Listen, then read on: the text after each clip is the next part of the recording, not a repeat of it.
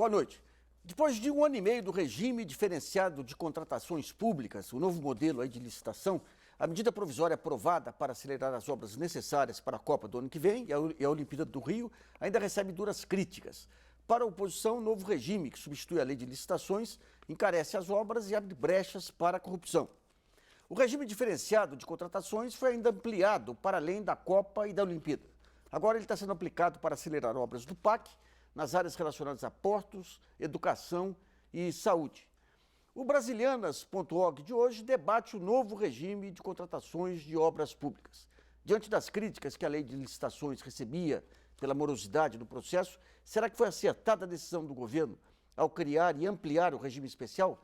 Será que alguns ajustes na lei de licitações poderiam trazer melhores resultados? Para responder a essa e outras questões, convidamos o professor Pedro Estevão Serrano, especialista em Direito Constitucional da Pontifícia Universidade Católica de São Paulo. No estúdio em Brasília, Cláudio Sarian, auditor de controle externo e assessor da presidência do Tribunal de Contas da União. Ivo da Mota Azevedo Corrêa, que é subchefe para assuntos jurídicos da Casa Civil. E também contamos com a colaboração do jornalista Marcelo Zanini, que vai selecionar perguntas enviadas aí por meio do nosso portal www.brasilianas.org. Nesse primeiro bloco, vamos falar dos pontos positivos e negativos da medida provisória que criou esse regime para obras frente aí aos mecanismos implementados na lei de licitações. Eu queria primeiro começar com o Ivo da Mota Azevedo Corrêa, que é subchefe para assuntos jurídicos da Casa Civil, para sintetizar para a gente quais são as características do RDC, Ivo, e quais as vantagens que você vê em relação à lei de licitações. Boa noite, Nassif. Boa noite ao Serrano, boa noite ao Cláudio. Na verdade, Nassif, o RDC, acho que a primeira coisa importante ressaltar é que o RDC não é nenhuma grande invenção que saiu da cabeça de algum técnico, ou de um grupo de técnicos ou dos parlamentares. O RDC, na verdade, reúne uma série de experiências que já vinham dando certo, seja dentro da legislação brasileira, seja da legislação de organismos internacionais ou de outros países, que de algum modo ajudava a administração pública a contratar mais, melhor, com maior celeridade, gastando menos. Então, o RDC tenta reunir algumas experiências boas que nós tínhamos no pregão eletrônico, que nós tínhamos no regime de compras da Petrobras, que nós tínhamos nos países da OCDE, na União Europeia, nos Estados Unidos, e com isso melhorar, inovar um pouco esse ambiente de contratação pública, que, como você já se referiu, era basicamente regido pela Lei 8666, que é de 93, e que refletiu um cenário muito diferente do cenário que a administração pública vive hoje, portanto os desafios são outros. Então a ideia do RDC é incorporar esses instrumentos e tentar, com isso, dar maior celeridade e melhores instrumentos para a administração contratar. Ô Ivo, para o nosso telespectador que não está familiarizado com o tema, sintetize quais são os pontos centrais aí do RDC. Olha, na verdade o RDC é toda uma nova modalidade de contratação. Ele usa ainda subsidiariamente a Lei 8666, que é a Lei de Contratação Pública, mas ele é uma modalidade nova que tem algumas características. Então, por exemplo, ele trabalha como regra com o que a gente chama da inversão de fases, no qual primeiro a administração pública escolhe seleciona a melhor proposta, observa as propostas dos contratantes e seleciona a melhor, e depois faz o que a gente chama de habilitação, que é a fase no qual a administração pública realmente examina os documentos para ver se a determinado contratante está habilitado a contratar com a administração. Isso significa, em geral, por exemplo, maior celeridade, porque eu vou examinar apenas a documentação daquele que ganhou já em primeiro lugar na fase de julgamento. Portanto, isso economiza o tempo de não ter que examinar documentos de dezenas ou de 8, 7 concorrentes, por exemplo. O RDC também traz uma inovação, que eu tenho certeza que nós vamos debater aqui, que é a possibilidade da administração não divulgar amplamente o orçamento, ou seja, o valor pelo qual ela espera fazer aquela contratação. Passar essa informação apenas para os órgãos de controle, para que possa ser fiscalizada. Então, o TCU, a CGU, que é o órgão de controle interno do governo, tem acesso a isso. Mas os concorrentes, quando fazem o seu lance, não sabem o que a administração esperava gastar. Isso porque há uma tendência, quando o valor é divulgado, de que os licitantes tentem ficar o mais próximo possível do valor estimado, e isso às vezes inibe que eles possam fazer propostas mais ousadas, propostas mais baratas, ou seja, isso em alguns casos podia inibir maior economia para a administração. Além disso, o RDC também adota uma prática que já existe em outros instrumentos da nossa legislação, que é a fase recursal única. Ou seja, não é que a cada passo, justamente porque eu faço a inversão de fase, não é que a cada passo do processo os contratantes possam entrar com recurso caso eles acham que teve algum equívoco, que teve algum problema. Eu faço tudo isso no final, finalizado o processo, há uma só fase de recursos em que o contratante pode discutir todos os problemas que ele tenha visto ao longo do processo. Isso faz com que também a gente tenha maior celeridade, a gente diminua a burocracia do processo. Então a ideia é isso, é juntar vários instrumentos que já davam certo em outros lugares, já davam certo no Brasil, já davam certo em outros países, para melhorar as condições de contratação da administração pública.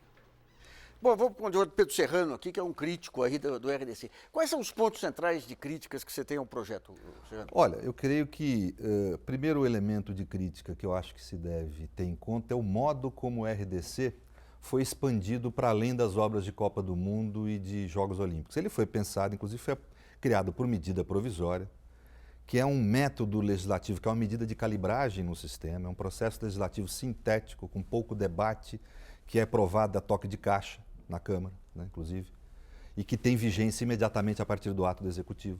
Ele foi aprovado por esse método para a Copa do Mundo e para a Olimpíada, porque havia justificativa da urgência que se tinha para tocar as obras necessárias a que esses eventos se realizassem.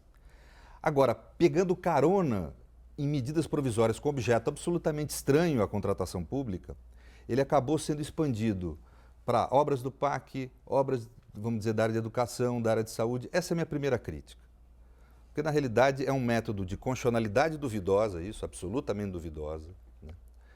Por várias razões. Primeiro, pela questão de urgência, que não teria, pelo modo como foi inserido em medidas provisórias que tem outro objeto, e também por um valor essencial do Estado de Direito. Como é que o Executivo se utiliza de um mecanismo sintético de legislação, onde ele é o protagonista desse modo de legislar, para estabelecer um mecanismo de controle para si próprio e de responsabilização para si próprio, né? É a sociedade, através do legislativo, de um processo mais delongado de debate, que deve estabelecer os mecanismos de controle da administração pública em favor do valor que a Constituição tem, que é o Estado de Direito, o Estado democrático de direito.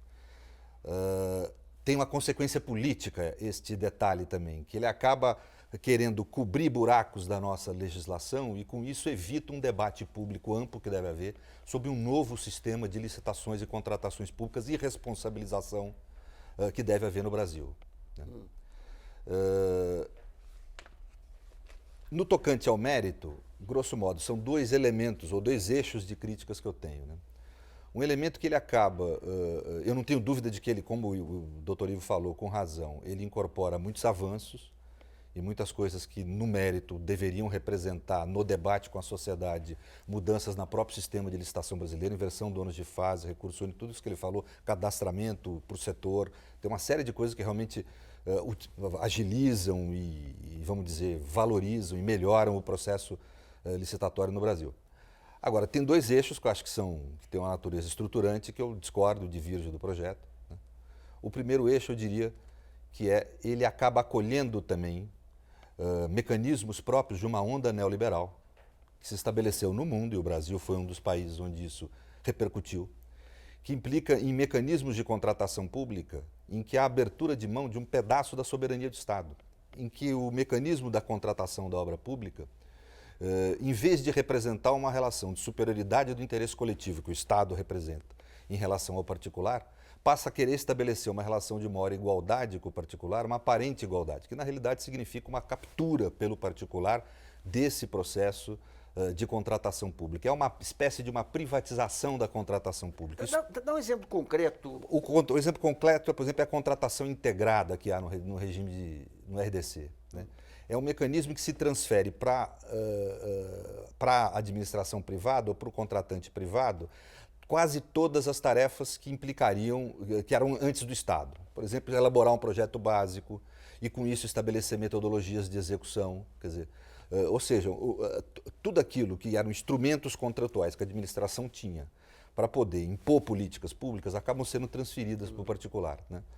Isso é um mecanismo, na minha opinião, deletério, é um mecanismo que vem dos Estados Unidos, não é à toa, é porque os Estados Unidos, o regime anglo-saxão, é um regime mais liberalizante, onde, por exemplo, não há serviço público como há no Brasil, não há direito administrativo como há no Brasil, existe um serviço, uma estrutura que chama de public utility, onde as atividades essenciais para a sociedade são de propriedade privada. No Brasil, a nossa tradição é de serviço público, onde as atividades essenciais são de propriedade pública, o particular comparece como mero delegado. Obviamente, isso acaba atingindo a contratação pública. Nos Estados Unidos, há um mecanismo muito mais privado, instrumentos muito mais privados de controle da contratação pública, que é o que o Brasil, de uma forma, eu diria que em retalho, está arrecadando. Isso tem um problema também grave. Nós estamos, na contratação integrada, se abandona o controle da conduta do agente público, é o controle pelo processo, e passa a se adotar um controle supostamente pelo resultado. O que se quer obter é o resultado, uma obra mais barata, mais eficiente. Só que não há na nossa legislação mecanismos de responsabilização do agente, do contratado, caso não apresente esse resultado. Por isso que, por exemplo, nas obras de São Francisco, várias empreiteiras abandonaram a obra sem ser penalizadas. Isso até haveria a possibilidade de penalizar no nosso sistema. O problema é o seguinte, é que se nós temos um mecanismo de contratação que valoriza o resultado, nós temos que ter o correspondente mecanismo de responsabilização caso esse resultado não ocorra. A alegação é que o Estado não tem, por exemplo, condições de fazer planejamento e não tem condição de fazer os instrumentos técnicos para realizar o controle do processo. Só que, na realidade, para o Estado poder ter esse mecanismo, vamos dizer, mais subjetivo de contratação pública, ele teria que ter mecanismos muito mais, vamos dizer, eficientes, detalhados, para controlar o resultado desse procedimento. Para controlar o resultado da obra, verificar se efetivamente essa obra incorporou tecnologia nova, verificar se foi a melhor opção técnica. Esse tipo de coisa a jurisprudência até hoje trata como se fosse uma discricionariedade, uma adesão do administrador. Teria que mudar isso. Para nós adotarmos mecanismos de maior flexibilização procedimental, tem que ser acompanhado de um procedimento de responsabilização adequado a isso. Né? Tá. Em suma, eu acho que essas são as críticas essenciais. Eu queria ver com o Cláudio Sarian, que é auditor do TCU, que nos últimos anos, talvez na última década, a gente viu o TCU entrando no mérito de programas também, analisando não apenas o valor final, mas entrando no mérito de programas. E a gente tinha, digamos, os mecanismos usuais de licitação, que é menor preço e nota técnica. Esse novo modelo em que quem vence faz o projeto básico, faz todo o processo, define a tecnologia, para o TCU vai facilitar ou vai dificultar a fiscalização? Eu acho que é um ponto de convergência inicial. A Lei 8666 precisava de ajustes, era uma lei de 93, está fazendo 20 anos agora em 2013, e foi concebida em um momento político delicado.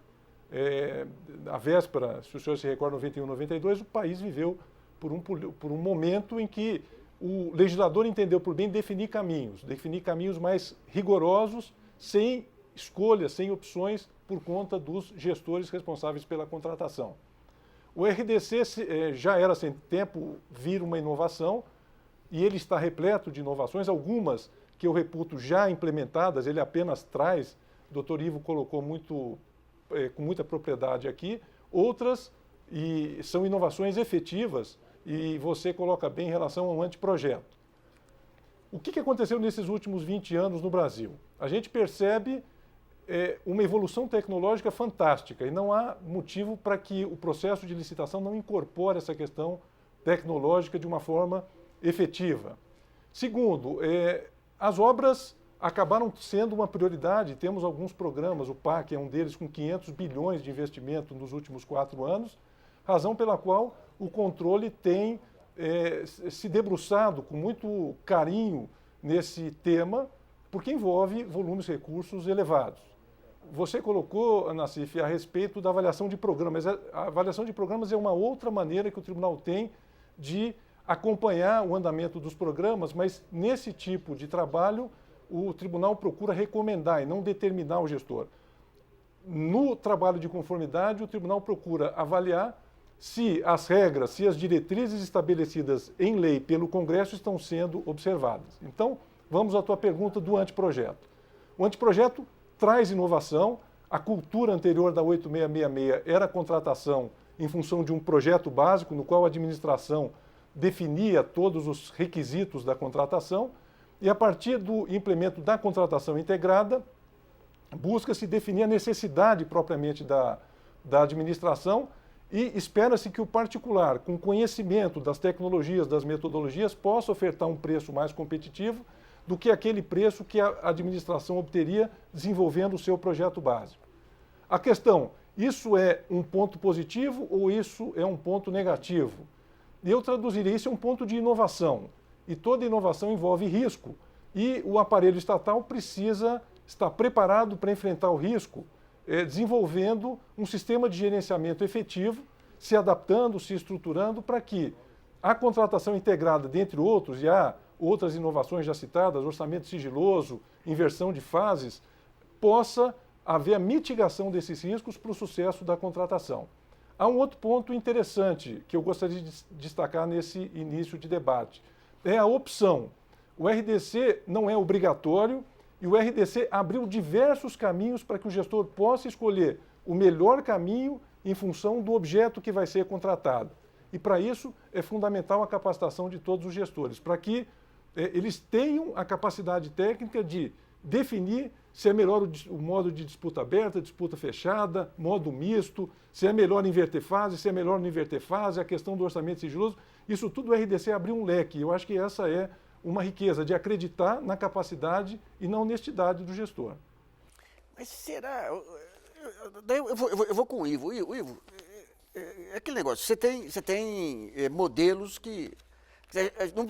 Não pode partir do pressuposto que todo gestor é desonesto, mas o pressuposto de toda fiscalização é que você tem que criar o mínimo de condições que permita aí, muita margem de flexibilidade e de subjetivismo aí nas decisões do gestor também, né?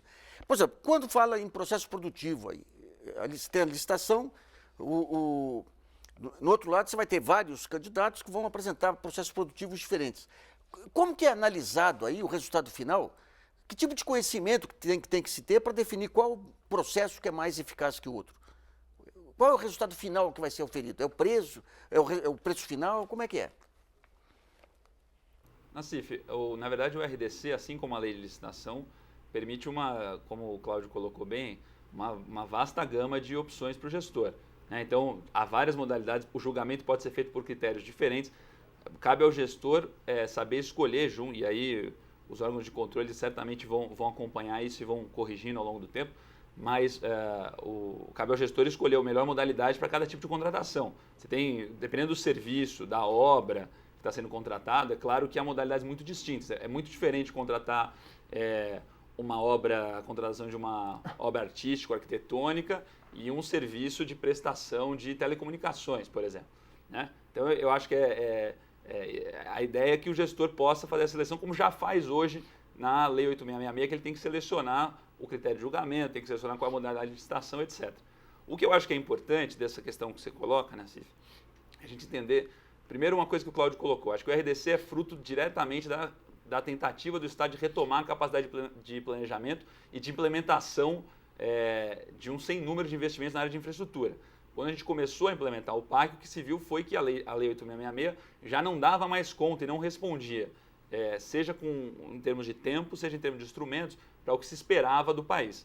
Em segundo lugar, eu acho que não é, como eu disse, não é que essa questão, por exemplo, de escolher qual é o melhor critério ou avaliar diferentes formas, diferentes técnicas para a realização de um mesmo objeto, isso não é uma novidade exatamente, né? A lei de concessão, a lei de PPPs, elas já trabalham com essa ideia, né? Aí a ideia é que o particular que é especializado naquele tipo de serviço pode sim, porque tem expertise, porque tem conhecimento, porque já vem trabalhando, pode sim inovar e trazer melhores soluções que a administração nem tinha imaginado. E com isso, trazer maior eficiência, menores custos, etc. Então, eu acho que a grande questão aqui, aí eu realmente discordo do Dr. Serrano, eu acho que não é retirar o Estado ou diminuir o papel do Estado. O papel do Estado é super importante, vai continuar na determinação do objeto, na construção dos editais ou dos termos de referência, na avaliação e no acompanhamento das obras. O que eu acho que nós tentamos cada vez mais é buscar o que tem melhor na iniciativa privada, que é essa expertise, essa capacidade de inovação, né? Ao mesmo tempo, trazendo isso para a administração, tentando traduzir isso em menores custos e maior eficiência. É claro que, como toda inovação, e o Cláudio também lembra bem, está sujeita a riscos, nós temos que acompanhar isso com calma. O que eu acho é que os resultados até hoje têm sido muito bons. Só para citar os exemplos que a gente tem, o DENIT e a Infraero, que são um órgão e uma entidade, né, duas entidades da Administração Pública Federal que mais têm utilizado o RDC desde que nós lançamos, na verdade são os principais utilizadores desde então, já observaram, só em termos de celeridade, resultados fantásticos. No DENIT, um processo de contratação pela 8666 demorava, em média, 239 dias. Quando você fazia uma tomada de preço, que é uma outra modalidade mais simples da 8666, demorava em torno de 215 dias. Com o RDC, eles estão levando agora 101 dias. Na Infraero também, o tempo médio caiu de 280 e poucos para 79 dias. Isso sem nenhuma perda em relação à economia. As economias que têm sido observadas são as mesmas, em torno de entre 10% e 15%. Então, eu acho que a gente tem que olhar com cuidado, tem que acompanhar, mas os resultados têm sido bons. E eu acho que talvez seja isso que explica essa vontade que os parlamentares, que o governo também não discorda, de expandir para algumas outras áreas que são essenciais para o investimento público no país hoje e que talvez continuem brigando, emperrados com as dificuldades da 8666.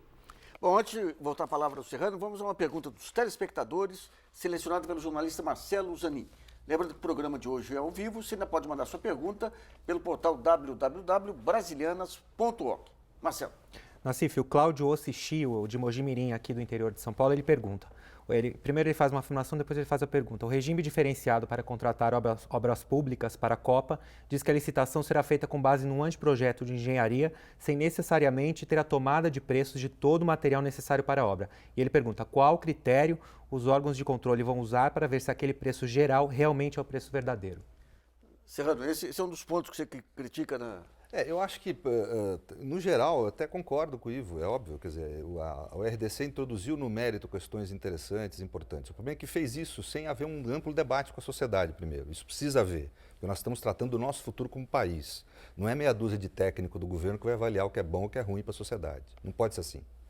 O segundo aspecto que eu acho relevante, existem elementos sim no RDC, como a contratação integrada, insisto, que são mecanismos que abrem vazão para práticas imorais e, ao mesmo tempo, onde o Estado abre efetivamente mão de poderes de contratação, poderes clássicos que vêm desde a criação do Conselho de Estado francês há mais de 100 anos, onde o Estado efetivamente tinha condições de exercer poderes de contratante, né, numa situação de autoridade. Ele abre mão dessas em favor, vamos dizer, dessa confiança na iniciativa privada. Essa confiança, a crise de 2008 já mostrou o que dá, quer dizer, a gente deve confiar, mas o Estado não deve perder o papel de dono daquela atividade. Você está falando... Ele fala do DENIT, por exemplo. Eu trouxe aqui, ó, veja, que tipo de tecnologia nova pode haver numa obra de recapeamento de estrada, que está sendo usada aqui para contratação integrada, numa reforma de terminal de aeroporto.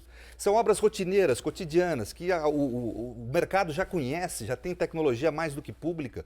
Por que se utilizar de um mecanismo de contratação integrada em que há tanta flexibilização, tanto poder do agente público sem a devida responsabilização? Né? Quer dizer, o que nós estamos caminhando na surdina no país é para um mecanismo introduzindo mecanismos de contratação, onde há ampla liberdade do agente público, onde isso significa um amplo poder da iniciativa privada sobre as atividades públicas e onde não há mecanismos de responsabilização. Se isso der errado, se essa experiência der errado, quem é que vai responder por isso?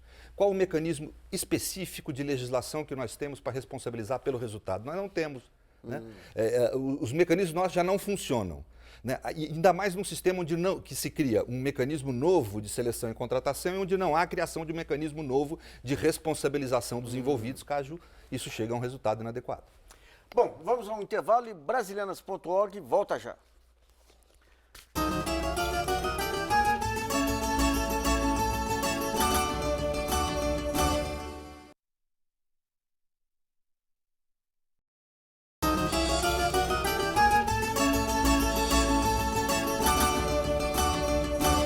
Bom, voltamos a apresentar o Brasilianas.org, que nessa segunda-feira discute o regime diferenciado de contratações públicas versus lei de licitações.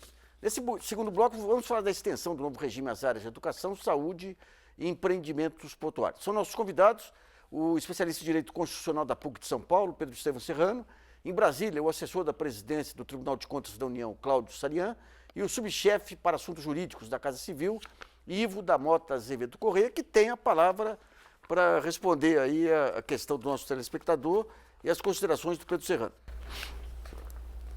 Nassif, eu ia fazer só duas observações, eu até vou deixar a questão do telespectador mais para o Cláudio, porque ele fez uma pergunta especificamente para os órgãos de controle.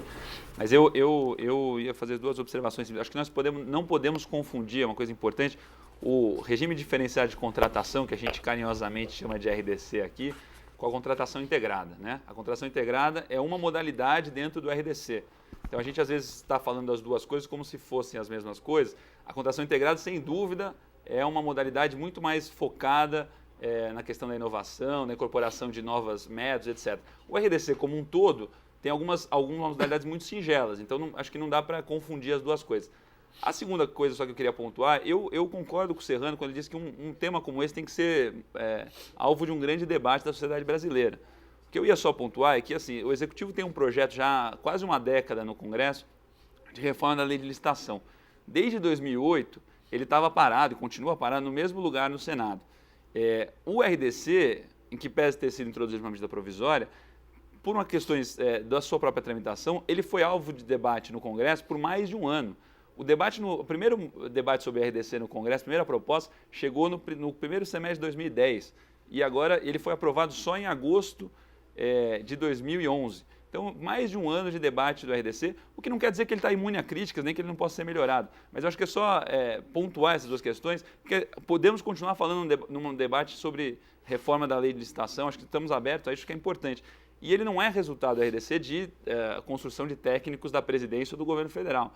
Então, num amplo debate com o Congresso, participação da sociedade e até dos órgãos de controle que deram sugestões, fizeram proposições de mudança, etc. Então, acho que para a gente continuar o debate, tem que esclarecer esses dois pontos que eu acho que são importantes. Não sei se o Cláudio quer... É isso. Da minha parte, era isso. Bom, Serrano. É que, só para esclarecer, viu, Ivo, a crítica que eu estava fazendo não é do DENIT, por exemplo, usar o RDC.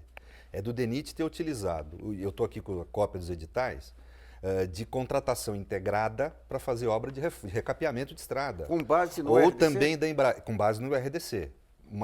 Da Embraer ter utilizado para reforma de terminal de passageiro. Embraer, não, Infraero. Infraero, perdão. Também está se utilizando da contratação integrada, que é isso que eu falei, para reforma de terminal de passageiro, ou seja, para ambas obras de reforma. A Valec chegou a utilizar eu não sei como é que está agora, mas há 2 meses atrás soltou editais de contratação integrada sem sequer haver a fase de projeto básico previsto na própria lei do RDC. Ou seja, a forma como também tem sido aplicada esse instituto da contratação integrada tem levado a deturpações já. Eu acho que isso aí, daqui a pouco, a mídia e os órgãos de controle vão estar apontando essas deturpações. Nós vamos ser, os telespectadores vão ser testemunha disso que eu estou falando aqui. Né? Nós vamos verificar esse tipo de deturpação. Né? Agora, eu creio que efetivamente nós temos que estar atento a isso. É o uso indevido da contratação integrada, mas acho que antes disso, quer dizer, esse fato de se falar que ficou um ano debatendo no Congresso é relativo isso, porque na realidade o RDC foi expandido para a área de educação, saúde e para as obras do PAC, que é o principal, né, através de emendas a medidas provisórias que tinham outro objeto. E agora, na área de portos, foi uma nova medida provisória, que é um ato unilateral do Executivo, que estabeleceu a RDC para portos. Ou seja, a medida provisória tem sido o veículo de tratamento desse assunto. E volto a insistir, não adianta só mudar a lei ou partes do regime de contratação e de licitação, sem, por exemplo, alterar o sistema de responsabilização que está amalgamado a isso. Nós temos que reformar todo o sistema e debater esse sistema de forma ampla. E, por último, não dá para esquecer a questão política. Contratação integrada é um instrumento tipicamente neoliberal que entrega para a iniciativa privada competências e prerrogativas que são públicas. Eu acho isso um equívoco. Acho, inclusive, eu que fui eleitor da Dilma, fui eleitor do Lula, acho, inclusive, incompatível com a própria visão de mundo que o partido da presidente defende. Bom, Cláudio, como é que o Tribunal de Contas vê essa questão da brecha do RDC para a contratação integrada? Vamos lá, Nassif, respondendo a pergunta também do telespectador. Eu acho que é importante a gente separar os dois caminhos. O RDC abriu o caminho da contratação normal em função de um projeto básico e um segundo caminho, que é o caminho da contratação integrada. Esse caminho da contratação integrada, o próprio RDC exige que seja conduzido por uma licitação do tipo técnica e preço. Portanto, não é apenas o menor preço que predomina. E se formos lá no dispositivo da lei, ele diz que técnica e preço é uma maneira de se licitar para obras que apresentem inovação ou metodologias de execução diferenciadas. Está aí a riqueza de você poder abrir uma licitação do tipo técnica e preço. Não é para qualquer tipo de obra, como coloca, e o controle está atento se houver questões de equívocos na aplicação da lei, com certeza o Tribunal de Contas, as equipes estão lá para apontar, levar ao plenário para que a melhor decisão seja tomada.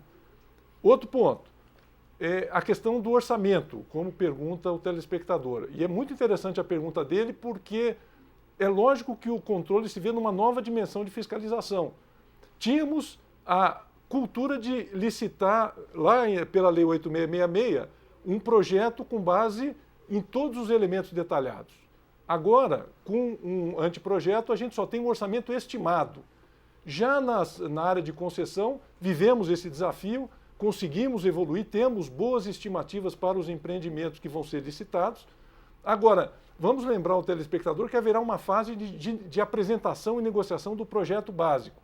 A empresa que ganha uma contratação integrada tem o dever de apresentar o projeto básico com todas as planilhas detalhadas.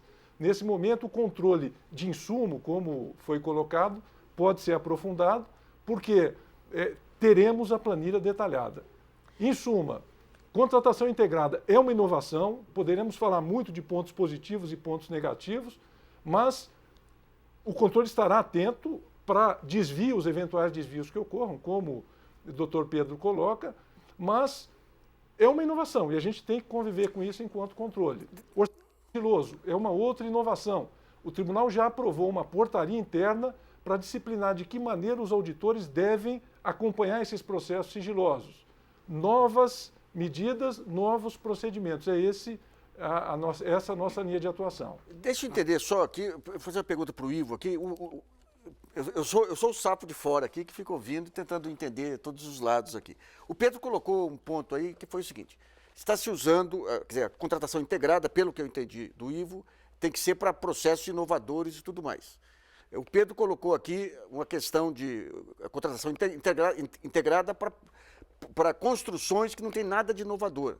E diz que não há instrumentos legais para poder punir se houver abuso. Eu queria que o Ivo tentasse pegar esse caso específico e mostrar como que pode ser aprimorado, ou se já existe aprimoramento ou não, na legislação para impedir esses vazamentos. Olha, Nassif, eu na verdade não vejo problemas na fiscalização e punição desse tipo de coisa. A lei é bastante clara, como o Cláudio colocou, ela exige hoje que contratação integrada seja para modalidades técnica e preço, e, portanto, processos que tenham algum tipo de inovação, de novos métodos, etc. Se isso está sendo aplicado na ponta de maneira equivocada, tanto o controle interno do governo como o TCU vai poder verificar e corrigir, mandar o gestor corrigir, mandar anular, enfim, ele pode tomar uma série de medidas para evitar isso. O que eu acho que é importante dizer nesse processo, então assim, acho que a primeira questão é essa, se há aplicação equivocada, hoje todos esses processos vão ter que passar pela fiscalização do TCU, pela fiscalização da CGU. Isso não está eximido em nenhum momento, então o controle vai poder fiscalizar e mandar o gestor corrigir se houve algum equívoco. Em segundo lugar, eu acho que o Cláudio lembra bem uma questão que é assim, a contratação integrada não é a dispensa de apresentação de qualquer projeto, seja básico, seja executivo. Né? O que o processo constrói é uma outra maneira dessa contratação. Hoje, numa licitação da 866, o que acontece? O executivo que não é que nós tiramos a capacidade do executivo com a RDC.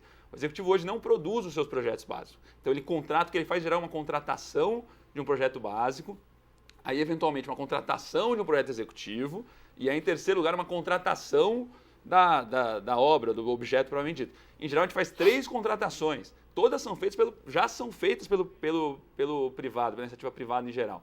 Né? O que o RDC permite é que essa contratação seja feita de uma vez só, ou pelo menos uma vez só, e que o mesmo privado possa desenvolver. Então ele apresenta para o executivo o projeto básico, o executivo discute com ele, aprova ou não, vê os elementos de custo, vê os elementos de técnica, qualidade, faz a mesma coisa, pode fazer a mesma coisa com um projeto executivo, e então autoriza a obra. Então nós não estamos suprimindo isso. Tanto é que, na verdade, os principais opositores da ideia da contratação integrada na tramitação no Congresso foram as próprias empreiteiras, as empresas que fazem obras na área de infraestrutura. Porque toda essa transformação da contratação integrada é para resolver um problema que é muito comum hoje, que é o projeto básico é mal feito ou é feito em dissonância com depois vai ser executado, e isso dá causa Aqui o contratado para a obra peça depois aditivos aumentando o preço da obra. É aquela coisa que o nosso telespectador conhece bem. Um evento ou uma obra tem um orçamento inicial que é divulgado de tanto e depois de um ano e meio, quando avança a execução da obra, o valor duplica, aumenta 50%, 25%, etc. E aí todo mundo fica estarrecido. Muitas vezes é porque o projeto básico foi mal feito. O que a contratação integrada tenta fazer é jogar esse risco para o empreendedor. Então, aí não há possibilidade, a lei expressa nisso, de fazer um aditivo para aumentar o preço, por exemplo, se tiver um erro do projeto básico, se tiver um problema no projeto executivo. Então, o que a contratação integrada tenta fazer é sanar esse problema, não é transferir a gestão do projeto, a responsabilidade para o privado, mas transferir o risco para o privado. E com isso a administração fica mais segura na contratação. Tá. Nós vamos voltar ao tema aqui, mas antes vamos a mais uma questão que o Marcelo Zanini selecionou dos telespectadores. Lembrando você aí de casa, pode mandar sua pergunta pelo site www.brasilianas.org. Marcelo. Nassif, tem uma pergunta falando sobre preço, sobre custos, né, da Clara Bittencourt, de São Carlos, no interior de São Paulo. Ela fala assim: segundo o Sindicato Nacional da Arquitetura e da Engenharia, que acompanha as obras da Copa do Mundo no Brasil, o custo por cadeira no Itaquerão, que é o estádio do Corinthians, vai ser de R$ 17.100. É o mais caro de todos os mundiais. Aí ela faz uma comparação. Na África do Sul, por exemplo, a cadeira do Soccer City em Joanesburgo saiu por R$ 8.900. O Estádio Olímpico Ninho de Pássaro em Pequim saiu por R$ 10.900. O assento. O governo calculava que o custo total dos estádios para a Copa chegaria a 2 bilhões e 300 milhões. Hoje o valor estimado para os 12 estádios ultrapassa os 7 bilhões. E ela pergunta, será que o preço mais alto de cada cadeira para o Mundial não subiu por causa do tal regime diferenciado? Cláudio, vocês do TCU que analisam as obras aí, você tem alguma resposta para a Cláudia? Não, veja, o exemplo dela não envolve o RDC propriamente dito, né? O estádio do Corinthians tem uma outra linha, não foi contratado com base no RDC. Então, o tribunal está atento, o tribunal tem uma expertise de acompanhar esses jogos, já teve a possibilidade de acompanhar os Jogos Pan-Americanos, diversos achados e responsabilizações foram feitas em relação a erros e equívocos dos Jogos Pan-Americanos, mas o que a telespectadora coloca não envolve diretamente o RDC, envolve uma outra maneira de contratação, acho que é financiamento via BNDES, não é isso? Não. Então, eu acho que a gente não pode associar aumento do custo de determinado estádio ao RDC. A gente tem que ter muita cautela na hora de fazer essa correlação causa-efeito para não criticar algo que tem caráter inovador e pode ter as suas fragilidades, mas não no caso específico que a telespectadora relaciona. Eu queria ver com o Pedro Serrano um ponto que o Ivo colocou, que é essa questão dos aditivos, de transferir para o setor privado o risco, digamos, do projeto executivo e da execução. Depois que você tem um projeto executivo, o grau de previsibilidade do orçamento final é grande ou ainda você tem muitos fatores imprevisíveis que podem encarecer projetos? Isso é relativo, porque, na realidade, né, me perdoe, Ivo, mas não é bem exatamente com precisão que ele falou, quer dizer, porque a lei prevê que na contratação integrada pode haver, sim, aditivos de preço, até 25%, por iniciativa da administração. Eu nunca vi, na realidade, um aditivo que formalmente não tivesse sido sempre a administração que tivesse solicitado ele, né? Mesmo quando a gente sabe que o interessado é a iniciativa privada. Do ponto de vista formal, em geral, a administração. Segundo aspecto, ele permite também aditivos por desequilíbrio econômico-financeiro. Se fala em caso fortuito, mas aí está para se ver se é só o caso fortuito. A norma nunca é interpretada só de acordo com a sua dicção. Vai haver aí uma ampla discussão em que hipóteses desse desequilíbrio econômico-financeiro cabe ou não se pedir. Quer dizer, eu acho que então não tenho tanta certeza se a discussão vai ser tanta por aí. E veja, quer dizer, até agora o que eu vi de contratação entregada, eu não conheço tudo, não sei de todas as obras que estão sendo feitas, mas, por exemplo, aqui o que eu vi foi para reforma de estrada, aqui reforma de terminal de aeroporto, quer dizer, aonde que a contratação integrada está sendo usada em projetos que realmente demandam grande tecnologia? Eu vi PPP ser usado, vi concessão, mas assim, não estou vendo isso ser útil. Agora eu estou vendo aqui obras que realmente... É suspeito você utilizar esse tipo de procedimento. A contratação integrada dificulta o julgamento. Porque como é que você vai comparar métodos construtivos diferentes? Qual o critério de comparação? A contratação integrada transfere para a iniciativa privada o papel de elaborar projeto básico, isso é papel do Estado. O Estado deve estabelecer o projeto básico de uma obra, é papel dele, né, como condutor da obra pública. Só para ficar claro para o telespectador, que tipo de distorção que pode ocorrer se a iniciativa privada faz o projeto básico? Porque ela, na realidade, vai projetar todos os elementos, ela vai fazer as escolhas políticas, né? As escolhas que fazem parte do Estado, fazer em prol do interesse público. Você fala meio ambiente, ela vai minimizar... Por exemplo, você tem uma diretriz, por exemplo, para seguir, tem uma diretriz, por exemplo, de órgão multilateral que diz que deve se utilizar métodos construtivos que desfavoreçam ou que favoreçam o meio ambiente. Ora, são métodos construtivos mais caros, né? Isso é o Estado que tem que impor, inclusive para dizer qual que é o método construtivo que efetivamente impacta menos. Por exemplo, as grandes hidrelétricas foram construídas por mecanismos de bulbo aqui no Brasil, ou estão projetadas para serem construídas por mecanismos que aproveitam a própria correnteza do rio, muito mais caro do que o mecanismo normal, e é correto ser assim porque se preserva mais o ambiente, a área alagada é menor. Ou seja, você tem mecanismos que é o Estado que tem que estabelecer, é papel dele. Agora, caso se diga, que alguns colegas já me falaram, não, mas na contratação integrada o poder público vai estabelecer isso. Ora, se na prática o tal do anteprojeto de engenharia que prevê a RDC para a contratação integrada for um projeto básico, então não é contratação integrada, é mais ou menos o que está aí hoje. Então, das duas uma, ou mantém o que está aí hoje, na prática, né, ou então passa para um mecanismo irresponsável. Eu diria irresponsável no sentido de que não há um mecanismo específico de cobrar responsabilidade por esse tipo de contratação. Outra coisa, eu não sou também nenhum litigante contra a ideia de se esconder preços ou de tratar sigilosamente preços, desde que houvesse uma legislação muito mais rígida com relação ao insider information. Tá. Porque o agente público pode ser cooptado, nós não podemos negar Então, isso. Ele o pode... insider information é claro, vazamento de informação. E se ele vazar informação para um licitante, esse licitante vai ter uma vantagem imensa com relação aos outros competidores. Você precisa ter uma legislação específica para punir quem vazar informação, com uma pena extremamente rigorosa em todos os âmbitos.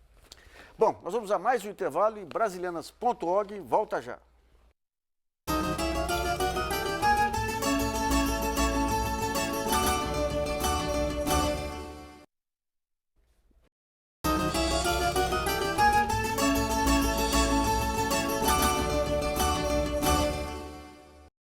Voltamos com brasilianas.org, que hoje discute os pontos positivos e negativos do regime diferenciado de contratações. Dentre as novidades mais criticadas do novo regime, frente à lei de licitações, está o sigilo orçamentário, que a gente já discutiu bastante agora aqui, e outros temas que vamos tentar, nesse último bloco, avançar um pouco aí. Um dos pontos importantes aí dessa discussão é a questão da regulação. Você tem a lei, você define um conjunto de regras visando o resultado final. E daí a fiscalização cabe às agências reguladoras. Pedro, há uma discussão hoje que vocês na PUC estão levando também, em nível global, aí, sobre essa questão da independência das agências reguladoras. Qual a crítica que você tem a fazer a esse modelo? A gente tem que entender a lógica que você deu. Tem um livro ótimo do Ricardo Marcondes Martins que trata sobre isso, é um grande autor nesse tema, que ele demonstra claramente qual foi o percurso no território da administração pública do movimento neoliberal. No regime anglo-saxão e norte-americano, quer dizer, no regime saxônico, inglês e norte-americano, você tem sempre teve um modelo mais liberalizante de relação com a iniciativa privada, né? Não há direito administrativo, não há o serviço público. Serviço público entendido como o Estado dono, proprietário das principais atividades de interesse coletivo. Lá era o particular o dono da atividade coletiva e o Estado funcionava como um mero regulador. Nos Estados Unidos, o movimento neoliberal significou o ataque a essa regulação e a tentativa de desregulamentar. Na Europa, onde havia o sistema de serviço público, na Europa continental, onde havia esse sistema próximo ao brasileiro, que é esse sistema onde o Estado é dono das principais atividades públicas, lá significou você liberalizar por uma etapa intermediária, ou seja, transformar na public utility, né, no modelo norte-americano, ou seja, transferir a propriedade daquelas atividades para a iniciativa privada, mantendo no Estado o papel de regulação. No Brasil, tentou-se fazer o mesmo, ou seja, você mudar o serviço público, ou seja, a propriedade do Estado sobre as atividades de interesse social, tentar transferi-la para a iniciativa privada no modelo de public utility.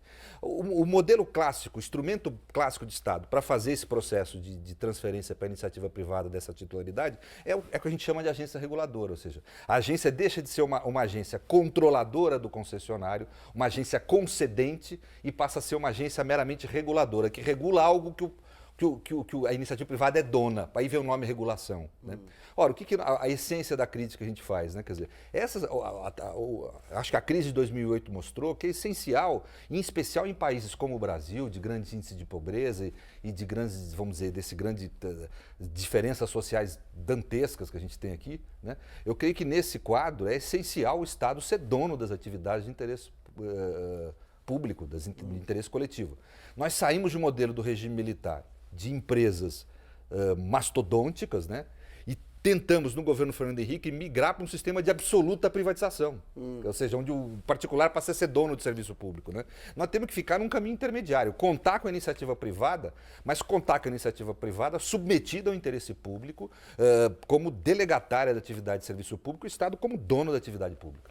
Eu queria ver com o Cláudio. Cláudio, dentro desse modelo você tem concessões, aí você tem a concessão que é dada, vendida, leiloada aí ao setor público, ao setor privado, e tem um conjunto de metas que tem que ser seguidas contratualmente. O Tribunal de Contas, ele tem feito uma análise aí desses contratos de empresas de telefonia celular, setor elétrico e tudo. Ele tem uma avaliação da eficácia das agências reguladoras? Veja, o tribunal acompanha de uma forma muito direta esse trabalho das agências. Eu posso citar 2 grandes benefícios à sociedade recentes. O primeiro foi a redução na tarifa de energia por conta de um trabalho do tribunal. Estavam sendo computados alguns valores que não poderiam estar sendo computados no caso concreto.